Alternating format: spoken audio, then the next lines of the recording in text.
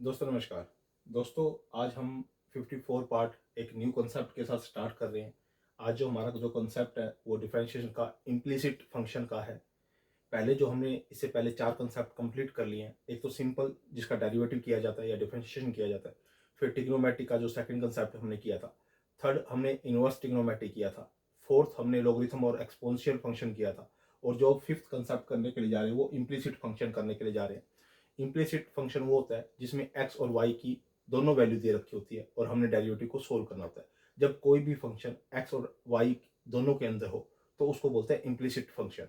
तो implicit function के अंदर मैंने ये 4 क्वेश्चन समझाने की कोशिश की है। तो आप इसको समझना, बहुत अच्छे क्वेश्चन है, बहुत अच्छे क्वेश्चन है। आप इन क्वेश्चनों को देखोगे, प्रैक्टिस करोगे तो आपको 2 वीडियो के बाद मजा आने लग जाएगा कि किस तरह से ये क्वेश्चन होते जाएंगे, आपसे सिंप्लीफाई होते जाएंगे। जो फर्स्ट क्वेश्चन है वो क्या गिवन है, ए एक्स स्केयर प्लस में 2 एक्स वाई प्लस में बी वाई स्केयर प्लस में 2 जी एक्स प्लस में 2 एफ वाई प्लस में C is equal to 0। First of all आपने इसका डेरिवेटिव करना है with respect to X. With respect to X, अगर आप इसका derivative with respect to X कर रहे हो, सभी का डेरिवेटिव करना है, सभी का।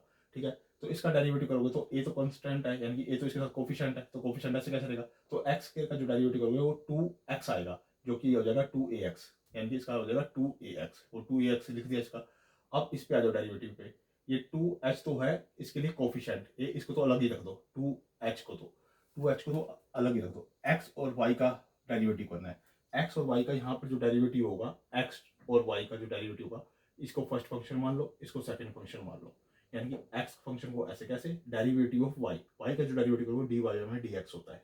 ठीक है, प्लस में y ऐसे कैसे रखो, x का डेरिवेटिव करोगे तो 1 आ जाएगा। यानी कि इस वाले पे आपने u इंटू वी फॉर्मूला लगा दिया, u dot V product rule लगा दिया, 2h को बाहर रखा ऐसे कैसे, और x एंड y पर, तो x फर्स्ट फंक्शन है उसको ऐसे कैसे रखा, y का डेरिवेटिव करो तो dy में dx हो जाएगा, प्लस में y ऐसे कैसे रखा, x का डेरिवेटिव करोगे तो 1 हो जाएगा। ठीक है, यहाँ तक मेरा हो गया। ठीक है, अब इस पे आ जाओ, इसका डेरिवेटिव करोगे तो b ऐसे कैसे रखा जाएगा, तो y स्केयर है तो पावर आगे आ जाती है 2y यानी 2by डॉट, फिर y का करना है तो y का क्या होगा, dy में dx। समझो दोबारा, देखो y का अगर आपने डेरिवेटिव, y स्केयर का डेरिवेटिव करना है तो क्या आएगा, 2y डॉट dy में dx, ये आएगा इसका। ठीक है ना, तो इसकी जगह मैंने, ये b तो है ही है तो b को मैंने रखना ही रखना है, ये आ गया।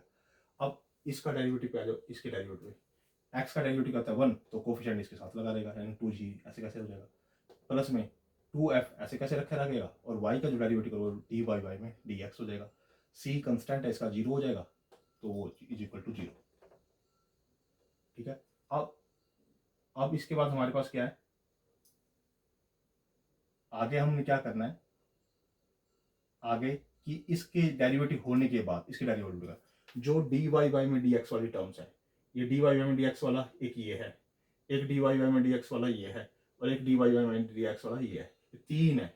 और उससे भी पहले 2 कॉमन है, ये 2, ये 2, ये 2, ये 2, ये 2, ये सारे में से 2 कॉमन लेके बाहर निकाल दो और ये 0 में चला जाएगा। वो मेरी बात समझो, 2 इसमें भी है, 2 इसमें भी है, 2 इसमें भी है, 2 इसमें भी है, 2 इसमें भी है, जो 2 है वो बाहर कॉमन निकाल के इसमें 0 में चला जाएगा।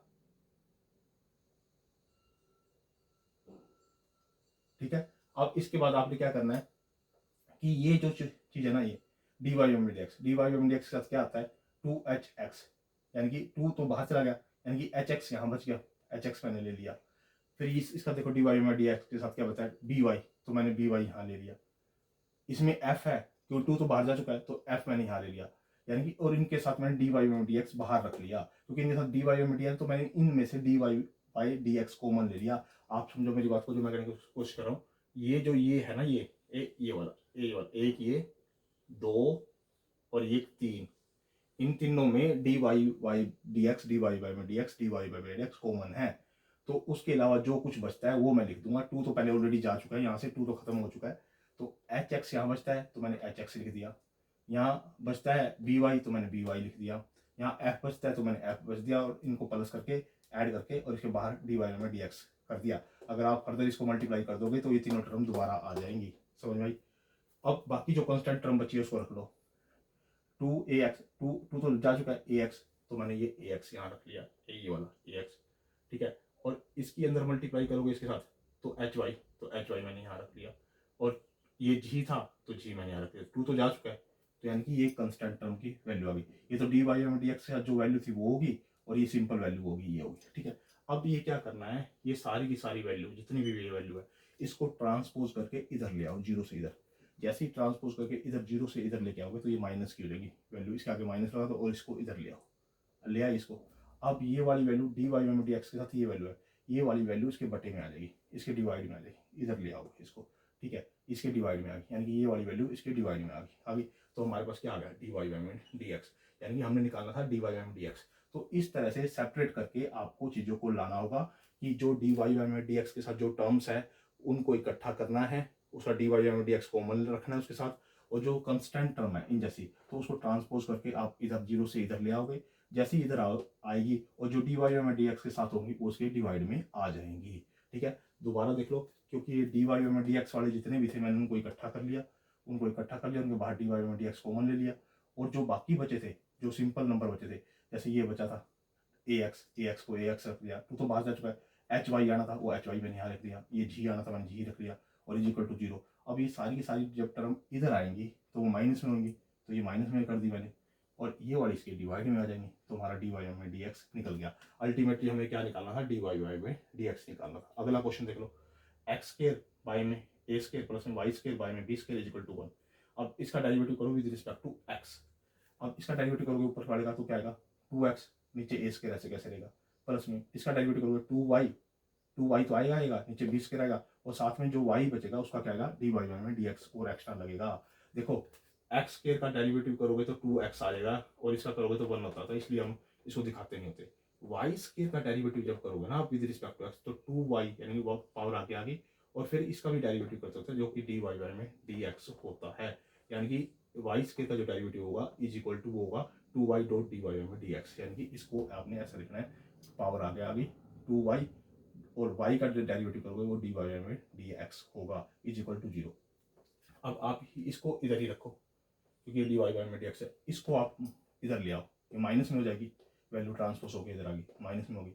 अब जो इसके बटे इसे मल्टीप्लिकेशन में वैल्यू है डी वाई में डी एक्स के, तो इसको इसके डिवाइड में ले आओगे, यानी कि इसके अगर यहाँ डिवाइड में लाओगे तो ये वैल्यू इधर आके रेसिप्रोकल हो जाएगी, 20 के ऊपर आ जाएगा, 2y नीचे आ जाएगा। इस वैल्यू को जब इसके डिवाइड में लेके आओगे तो 20 के ऊपर चला जाएगा और 2y नीचे चला जाएगा, 2 से 2 कट जाएगा, ठीक है, ये माइनस है, माइनस बी स्केयर एक्स रह जाएगा, और नीचे क्या रह जाएगा ए स्केयर वाई रह जाएगा। तो ये मेरा डी वाई में डी एक्स मेरे पास ये आंसर आ जाएगा, यानी कि इम्प्लिसिट फंक्शन उसको बोलते हैं जिसके अंदर एक्स और वाई में फंक्शन दे रखा हो और उसको हमने डेरिवेटिव सोल्व करना है, डेरिवेटिव सोल्व करके हमने डी वाई में डी एक्स निकालना है, डी वाई में डी एक्स को अलग रखना है, इसको मैंने अलग रखा है यहाँ पे, बाकी जो 25 को इधर लेके आया, फिर जो डी वाई में डी एक्स के साथ है उसको डिवाइड कर दिया, तो ये सिंपल सामने डी वाई में डी एक्स हमारा निकल गया। जो थर्ड क्वेश्चन है, थर्ड क्वेश्चन में आएगा एक्स की पावर 2/3 प्लस में वाई की पावर 2/3 इज इक्वल टू ए की पावर 2/3, ये गिवन है। अब इसका डेरिवेटिव करना है विद रिस्पेक्ट टू एक्स, और इसका भी डेरिवेटिव करना है विद रिस्पेक्ट टू एक्स। इसका derivative with respect to X करोगे 2/3 पावर आ गया एक्स, और पावर में से एक कम होगा, ठीक है, प्लस में ऐसे कैसे 2/3 पावर आगे आ गई, और y 2/3 में से एक कम हो गया, ठीक है, साथ में y का भी डेरिवेटिव करना जो कि होता है डी वाई में डी एक्स, फिर इसका करोगे डेरिवेटिव तो वो हो जाएगा 0, वो मैंने यहाँ 0 लिख दिया। अब आपने क्या करना है, पहले इसकी पावर को सोल्व कर लो, 2/3 ऐसे कैसे था, एक्स की पावर क्या होगी -1/3, प्लस में 2/3 वाई की पावर क्या होगी -1/3 डॉट डी वाई में D X is equal to 0। अब देखो इसको तो आप इधर ही रखो लेफ्ट हैंड साइड पे, इसको ले आओ ट्रांसपोज करके इस साइड लेके आओगे तो ये माइनस में हो जाएगा, ये माइनस में होगा इधर आके, ठीक है। अब डी वाई में डी एक्स के साथ जो कोफिशिएंट है उसको उठा के इसके डिवाइड में ले आओ, ये डिवाइड में ले आए क्योंकि तो डी वाई में डी एक्स आएगा, क्योंकि डी वाई में डी एक्स ऐसे कैसे मैंने यहाँ रखा, और ये वाली जो उसका कोफिशिएंट था उसको मैंने इसके डिवाइड में कर दिया, राइट हैंड साइड की डिवाइड में, ठीक है। अब इससे ये कट गया, ठीक है। अब देखो ये नेगेटिव है, इसको मैं ऊपर रख लूँगा तो ये पॉजिटिव हो जाएगा, ये नेगेटिव है इसको नीचे रख लूँगा तो ये पॉजिटिव हो जाएगा, वही मैंने किया है। आगे माइनस था तो माइनस मैंने ऐसे कैसे रखा हुआ है, ये माइनस का ऐसे करा, जो ये वाली वैल्यू नेगेटिव थी, वाई की पावर नेगेटिव थी, इसको मैं ऊपर ले गया तो पॉजिटिव होगी, ये नेगेटिव थी इसको मैं नीचे ले आया तो ये मेरे लिए पॉजिटिव होगी, और ये मेरे लिए क्या आंसर आ गया डी वाई में डी एक्स, मेरा ये आंसर आ गया, ठीक है। आप देख लेना एक बार और। अब अगला फोर्थ क्वेश्चन क्या कहता है, इसका डेरिवेटिव करो विद रिस्पेक्ट टू एक्स, जो कि हमने देखा है x³ प्लस में y³ is equal to 3axy। अब ध्यान से समझना इस क्वेश्चन के अंदर, इसका डेरिवेटिव करोगे तो क्या आएगा 3x², 3x²। इसका डेरिवेटिव करोगे तो 3y² साथ में dy में dx हो जाएगा, y का अगर डेरिवेटिव करोगे तो dy में dx और लग जाएगा। फिर इधर इधर आ जाओ राइट हैंड साइड पे, 3a तो कांस्टेंट है, इसको बाहर की बाहर रखो, डेरिवेटिव करना है ए इसका x डॉट y का, तो ये फर्स्ट फंक्शन मान लो और ये सेकंड फंक्शन मान लो, यानी कि डॉट प्रोडक्ट यानी कि u इंटू वी का फॉर्मूला यहाँ लगेगा, u इंटू वी, यानी कि फर्स्ट फंक्शन ऐसे कैसे x y का डेरिवेटिव dy में dx प्लस में y ऐसे कैसे और x का डेरिवेटिव 1 हो गया। ठीक है, ये मैंने डेरिवेटिव निकाल दिया। ठीक है, अब आपने क्या करना है, जो dy y वाले हैं यानी कि dy y ये आएगा तो इसको मैं इस साइड ले आऊंगा, यानी कि लेफ्ट हैंड साइड ले आऊंगा इसको, ये केवल इसको मैं इधर ले आऊंगा, और जो 3a इसके साथ मल्टीप्लाई है ना, तो 3a इसके साथ भी मल्टीप्लाई होएगा, आप कंफ्यूज मत हो जाना, मैं इसको डायरेक्ट लेके आ रहा हूँ, 3a से इसको मल्टीप्लाई करके x और डॉट dy से मल्टीप्लाई करके मैं लेफ्ट हैंड साइड लेके आया, ये तो यहाँ था ही था, मैंने इसको ऐसे कैसे लिखा और इसको मैं इधर ले आऊँगा। ठीक है, मैंने इसको पहले यहाँ लिखा और ये इधर आएगा तो माइनस का हो जाएगा, मैंने माइनस का लिख दिया। ठीक है, आगे बात समझिए। अब जो ये 3ay ये बचा था, ये 3ay यहाँ बचा था, क्योंकि इसकी मल्टीप्लिकेशन यहाँ होगी तो 3ay बचेगा, और जो ये वाला इधर आएगा तो वो माइनस हो जाएगा, यानी कि माइनस का 3xy। ठीक, समझ में आ गई बात, यानी कि इसको मैं अगर इधर, ये तो यहीं था यहीं रखा, इसको मैं इधर लेके आऊँगा तो माइनस का हो जाएगा, माइनस का होगा। ठीक है, फिर मैंने 3a को y से मल्टीप्लाई किया, इसको यहीं रख लिया। ठीक है, और जो 3x² था उसको मैं इधर ले आया तो माइनस का 3x² होगा। अब इन दोनों में से देखो मेरे 3 इधर से कॉमन है, 3 इधर से कॉमन है, दोनों में से 3 कॉमन आ रहा है, उस 3 से 3 आप कट ही कर दो। ठीक है, यहाँ y² बच गया, यहाँ माइनस में 3 यहाँ ax बच गया, और इसमें से dy बाई dx कॉमन ले लिया, इन दोनों में dy में dx कॉमन है, इसमें और इसमें दोनों में, ये फर्स्ट है ये सेकंड है।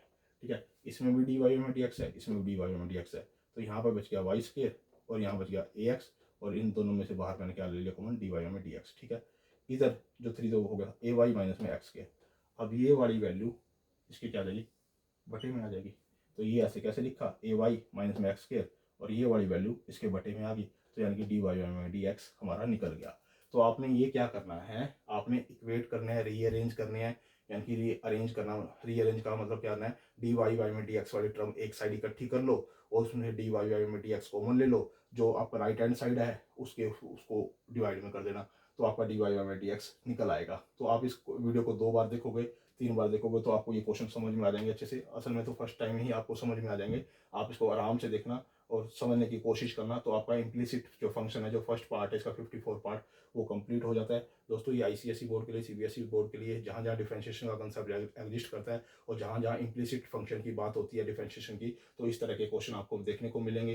दोस्तों मेरे चैनल को लाइक भी कीजिए, कमेंट भी कीजिए, शेयर भी कीजिए, और अगर आप मेरे चैनल को सब्सक्राइब करते हो तो मुझे मोटिवेशन मिलता है, तो मैं इससे बेस्ट से बेस्ट आपके लिए वीडियो बना के लेके आऊँगा, बेस्ट से बेस्ट न्यूमेरिकल और फाइंड आउट करूँगा, और आपको यहाँ पर प्रैक्टिस कराऊंगा, जिससे आपका कुछ ना कुछ बेनिफिट होगा ही होगा। ओके दोस्तों, धन्यवाद।